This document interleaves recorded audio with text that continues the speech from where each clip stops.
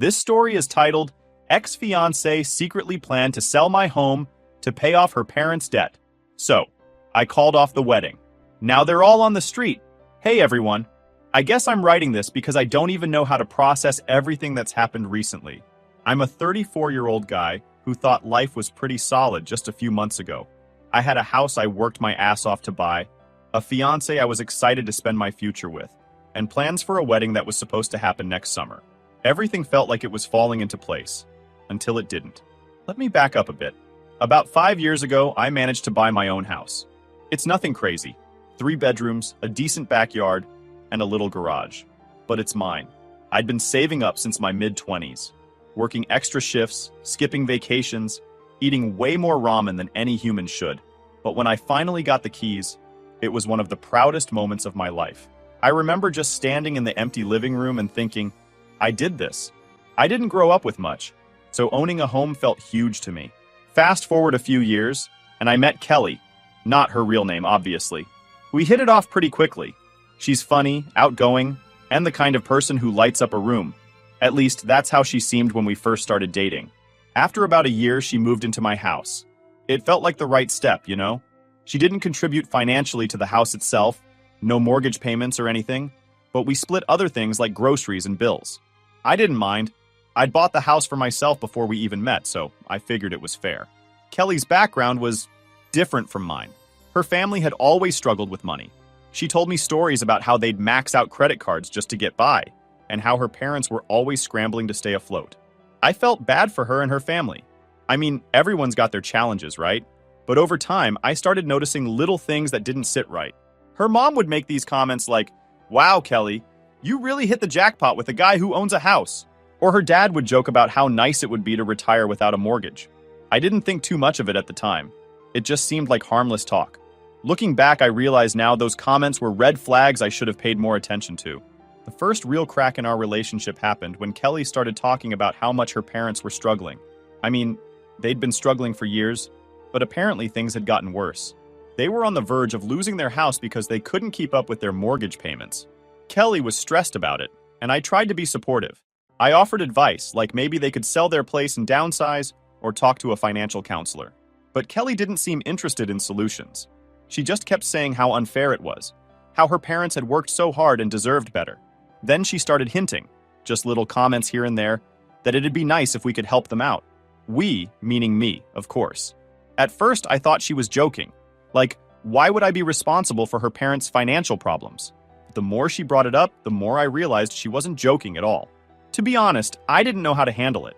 I loved Kelly, or at least I thought I did, and I didn't want to fight with her over money. But at the same time, I wasn't about to bail out her parents. I worked my ass off to get where I am, and their poor financial decisions weren't my responsibility.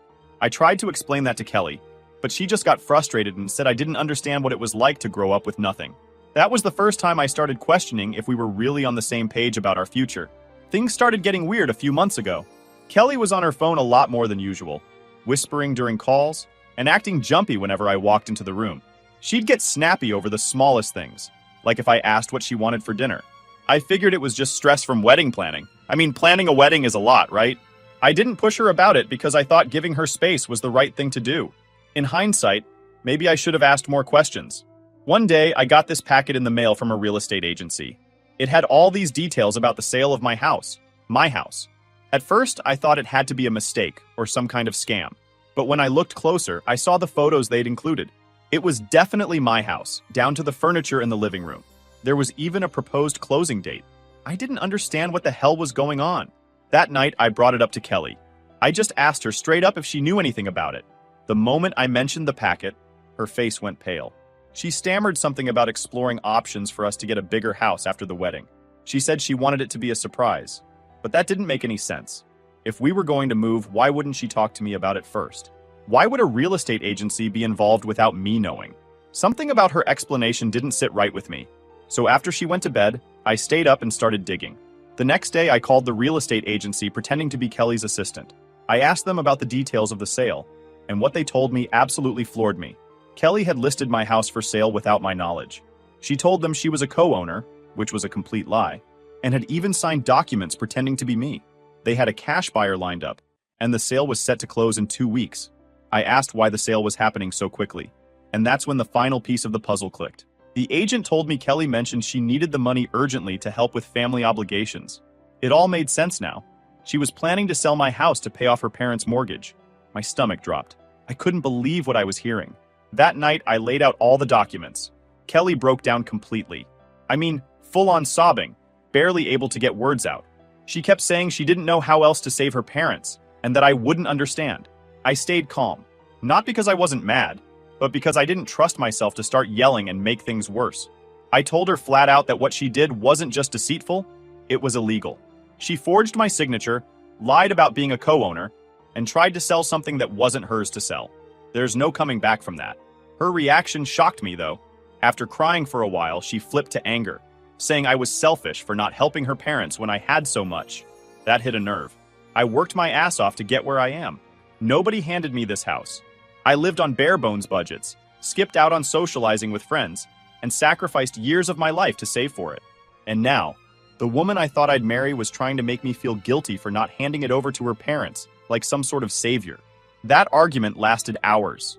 She kept going in circles, 1 minute begging me to reconsider and give her another chance, the next accusing me of being heartless. Eventually, I told her we were done talking, and that she needed to leave the house. I didn't want to make a scene right then and there, so I said she could stay for a little while to figure things out, but she needed to start looking for a place ASAP. For the next few days, things were tense. She was still in the house, but we barely spoke to each other. I'd come home from work and either go straight to my room or sit on the couch with headphones on, pretending she wasn't there. Meanwhile, she started acting like nothing had happened. She'd try to talk to me about random things, cook dinner like we were still a couple, and even brought up wedding plans once. I couldn't believe it. How could she think we could just go back to normal after everything? That's when I decided I needed to get legal advice. I wasn't sure if I wanted to press charges yet, but I needed to know my options. I met with a lawyer and explained everything. How she forged my signature, lied about being a co-owner, and tried to sell the house behind my back. The lawyer didn't sugarcoat it. This was serious fraud. If I wanted, I could file charges, and Kelly could face real consequences. But they also warned me it could get messy, especially if she tried to twist the story or retaliate. I spent a few days thinking it over, and the more I thought about it, the angrier I got. Kelly didn't just betray my trust. She put me in a position where I could have lost the house I worked so hard for. What if I hadn't opened that packet in time? What if the sale had gone through? I'd be the one left scrambling to fix everything, all because she wanted to bail out her parents. By the end of that week, I decided to press charges. It wasn't an easy decision, but I felt like I had to protect myself. I didn't want to be the guy who let someone walk all over him just because he was afraid of drama. My lawyer helped me file the paperwork, and I let Kelly know that I'd taken legal action. She didn't take it well. Actually, that's an understatement. She completely lost it. When I told her about the charges, she started screaming at me, saying I was ruining her life and that I'd regret it. She said I was cruel for putting her in this position, and that I was choosing money over love. I didn't even respond. At that point, there was nothing left to say. I told her she had 30 days to move out, and that we were done. She stormed off to the bedroom, slammed the door, and didn't come out for the rest of the night. The next morning, I woke up to find she'd started packing. It wasn't much, just a couple of suitcases, but it was a step in the right direction. I felt relieved, honestly. I just wanted her out of the house so I could start moving on. But then, things got even weirder. About a week later, mutual friends started messaging me, asking what was going on. Apparently, Kelly had posted some dramatic rant on Facebook about how I threw her out and abandoned her when she needed me most. She made it sound like I'd blindsided her and ruined her life out of nowhere. Of course, she left out the part where she tried to commit fraud and sell my house behind my back. I wasn't sure how to handle it. Part of me wanted to post all the evidence, screenshots, documents, everything, and let people see the truth. But my lawyer advised against it, saying it could complicate the legal process. So instead, I kept it simple. I posted a short, neutral statement. Integrity and trust are the foundation of any relationship. When that's gone, there's nothing left to build on. It wasn't much, but it made people think twice about her story. Some of our mutual friends reached out privately, and I explained the situation to them.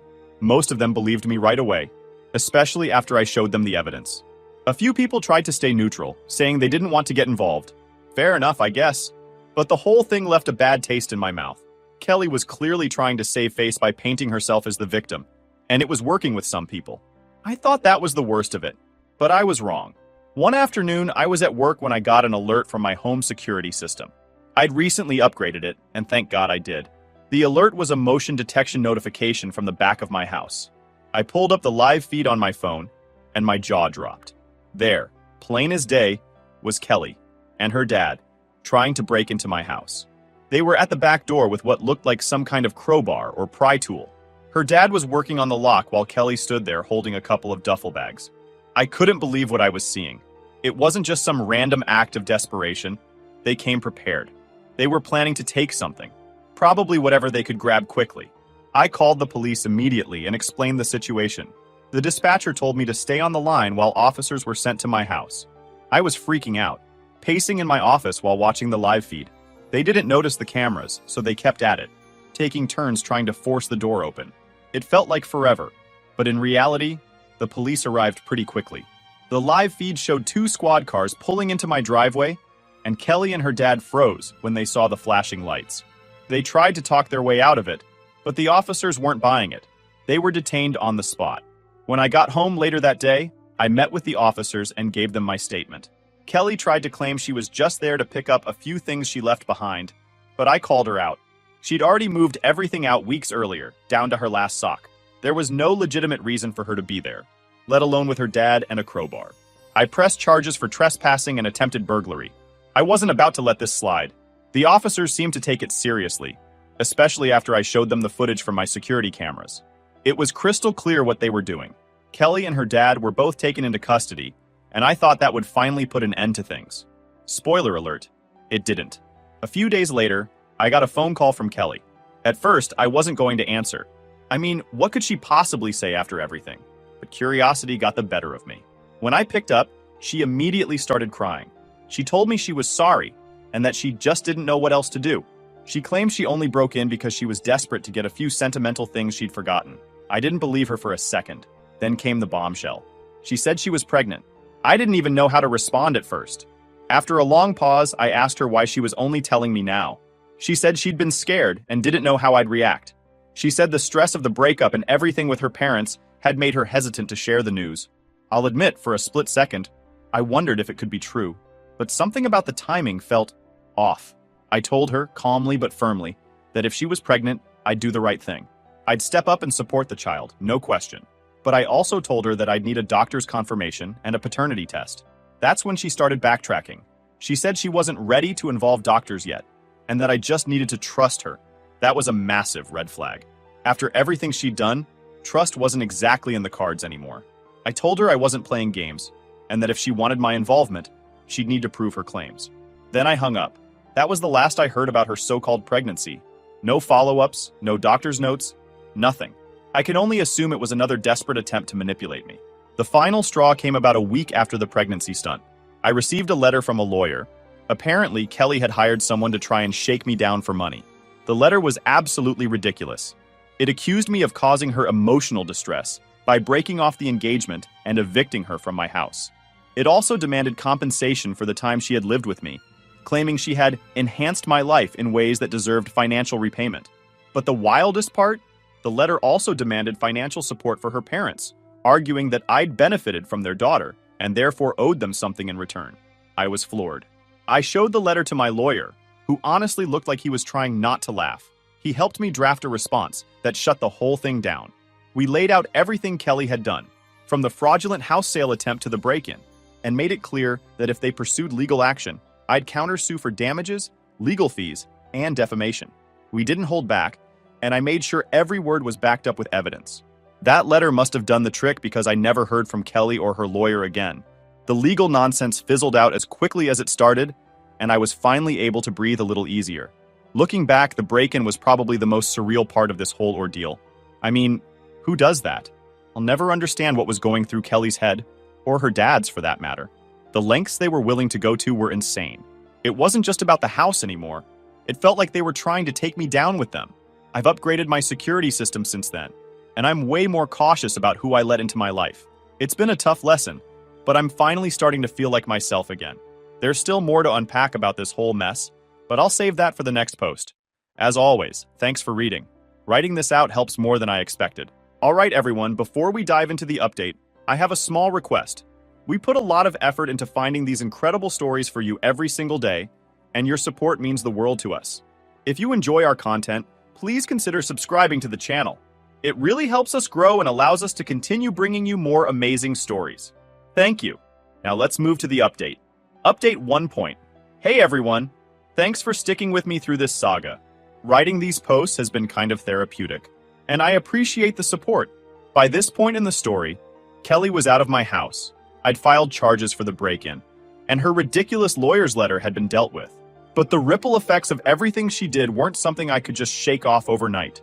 It's one thing to cut someone out of your life, but it's another thing to deal with the mess they leave behind. After the break-in, I had to deal with some immediate fallout. For starters, the house didn't feel the same anymore. The break-in left me paranoid.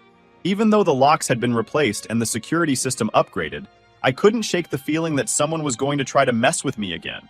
I'd be lying in bed at night and hear a random creak or noise, and my mind would go straight to, what if it's Kelly or her dad trying something else? One of the first things I did was get a high-quality security door and install more cameras around the property. I even paid extra for a service that monitors the cameras and alerts me if there's suspicious activity while I'm away. Honestly, it was expensive, but it gave me some peace of mind, which I desperately needed. I also started to notice how much of my personal life had been tied up with Kelly. Little things reminded me of her all the time. The dining table where we'd shared so many meals, the bookshelf she insisted we organize together, even the couch where she used to binge watch her shows. It all felt tainted. I ended up rearranging a lot of the furniture, and I even got rid of a few things she'd picked out. It wasn't about being petty, I just needed to reclaim the space for myself. One of the more surprising challenges was dealing with mutual friends. Kelly's Facebook rant had done more damage than I initially realized. While most of my close friends sided with me after I shared the truth, there were others who either believed her sob story or didn't want to choose sides. I got a few messages that were frustrating to read, like, hey, I don't know the full story, but maybe you should try to forgive her. She's been through a lot. That kind of thing really rubbed me the wrong way. Forgive her? She committed fraud, tried to steal my house, broke in, and then tried to manipulate me with a fake pregnancy. What's there to forgive? The hardest part was losing a couple of friends who had been closer to her than me. One guy I'd known for years told me he couldn't condone how I'd treated her, and blocked me after sending a long message about how relationships are about sacrifice. It was honestly baffling. I decided I wasn't going to waste energy trying to change people's minds. If they wanted to believe Kelly's version of events, that was on them.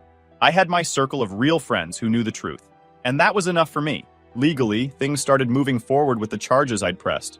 My lawyer kept me updated on the process, and it sounded like Kelly and her dad were in a tough spot. The footage from my security cameras was pretty damning, and the real estate fraud charges were still on the table as well. I wasn't out for blood. I wasn't trying to ruin her life, but I also wasn't going to let her off the hook for what she'd done. She needed to face the consequences. One thing I didn't expect was how much paperwork was involved. Between police reports, legal filings, and back-and-forth emails with my lawyer, it felt like I was constantly dealing with something new. I even had to go through a full audit of my house's ownership records to make sure Kelly's actions didn't leave any lingering legal messes. Thankfully, everything was clean, but it was still an exhausting process. Emotionally, I was kind of a wreck for a while. It's weird. When you're in a relationship, you don't realize how much you're relying on the other person until they're gone. Even though Kelly betrayed me in the worst possible way, there were moments where I missed the good times. The inside jokes, the road trips, the lazy weekends. It's hard to let go of those memories, even when you know the relationship was toxic. I started seeing a therapist, which was one of the best decisions I made during this whole ordeal. Talking to someone who wasn't involved, someone who could give me an outside perspective, helped a lot. One thing my therapist pointed out was how much guilt I was carrying. Not guilt over ending things with Kelly, but guilt for not seeing the red flags sooner. She helped me realize that blaming myself for her actions was pointless. I didn't cause her to make those choices, and I wasn't responsible for fixing her problems. Final update. Hey everyone, this will probably be my last update. Writing all this out has been a crazy experience, but it's also been therapeutic. Now that I've had some time and space from the chaos, I think I'm finally ready to close the book on this chapter of my life. So, here's what the last few months have looked like, and what I've taken away from everything. First off, let's talk about the legal side of things. The charges I pressed against Kelly and her dad moved forward, and they eventually reached plea deals. I won't get into the exact details because I don't want to risk violating any agreements, But let's just say the legal system didn't go easy on them. Kelly got a hefty fine and some mandatory community service for her role in the fraud and break-in. Her dad, who was more involved in the physical trespassing, ended up with similar penalties, but also some probation. I don't feel bad about how things turned out for them. Actions have consequences, and if they hadn't been caught in the act, they could have caused me even more harm. Knowing that the law held them accountable gave me a sense of closure. It was never about revenge. It was about standing up for myself and making sure they couldn't get away with what they did. On a personal level, one of the hardest things I've had to deal with is rebuilding trust. Not just in other people, but in myself. For a long time, I kept asking myself how I could have missed the signs. How did I not see Kelly for who she really was? The truth is, it's not that simple. Manipulative people don't show their true colors all at once. They test boundaries, push limits slowly, and disguise their selfishness as love or care. I've spent a lot of time reflecting on the relationship, and one thing I've realized is that Kelly wasn't just a bad partner. She was a master manipulator. She knew exactly how to make me doubt myself and feel like I was the one who needed to change or compromise. Looking back, I can see so many moments where she crossed the line, but at the time, I let it slide because I cared about her. That's the part that stings the most. I cared about someone who saw me as a tool for her own benefit. If there's one piece of advice I'd give to anyone reading this, it's to pay attention to how someone handles your boundaries. Do they respect them, or do they push against them? Are they willing to have honest conversations, or do they guilt and manipulate you into doing what they want? Boundaries aren't just for keeping others in check. They're there to protect you from losing yourself. Thanks for sticking with me through all of this. Writing it out has been a journey, and I'm grateful to have this space to share. Here's to moving forward and building something better. Cheers, everyone.